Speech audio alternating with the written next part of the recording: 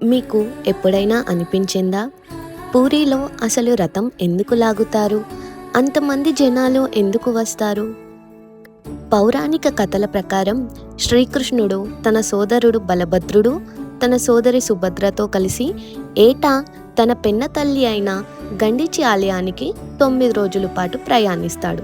భక్తులందరూ కలిసి ప్రేమతో, భక్తితో పెన్న తల్లింటికి రథంపై తీసుకువెళ్ళడమే ఈ యాత్ర ముఖ్య ఉద్దేశం. ఆ జగన్నాథుడి రథం లాగడం వలన, లేదా కనీసం ఆ రథం తాడుని తాకడం వలన జన్మ జన్మల పాపాలు తొలగిపోతాయని స్కంద పురాణంలో ఉంది. రథాన్ని లాగడం అంటే మన ఇంద్రియాలను భగవంతుడి వైపు మళ్లించి మన హృదయంలోనికి ఆహ్వానించడం అని అర్థం. భక్తితో రథాన్ని లాగిన వారికి వందల అశ్వమేధ యోగాలు చేసిన ఫలితం దక్కుతుంది. అలాగే పునర్జన్మ లేకుండా మోక్షం లభిస్తుంది అని నమ్ముతారు. సాధారణంగా భక్తులు దేవుణ్ణి చూడ్డానికి వెళ్తారు, కానీ ఈ జగన్నాథుడే ప్రతి ఒక్కరికి దర్శనం ఇవ్వడానికి స్వయంగా వీధుల్లోకి వస్తాడు. అందుకే ఈ అద్భుతాన్ని చూడ్డానికి ప్రపంచ నలుమూలల నుండి ప్రజలు వస్తారు. జై జగన్నాథ.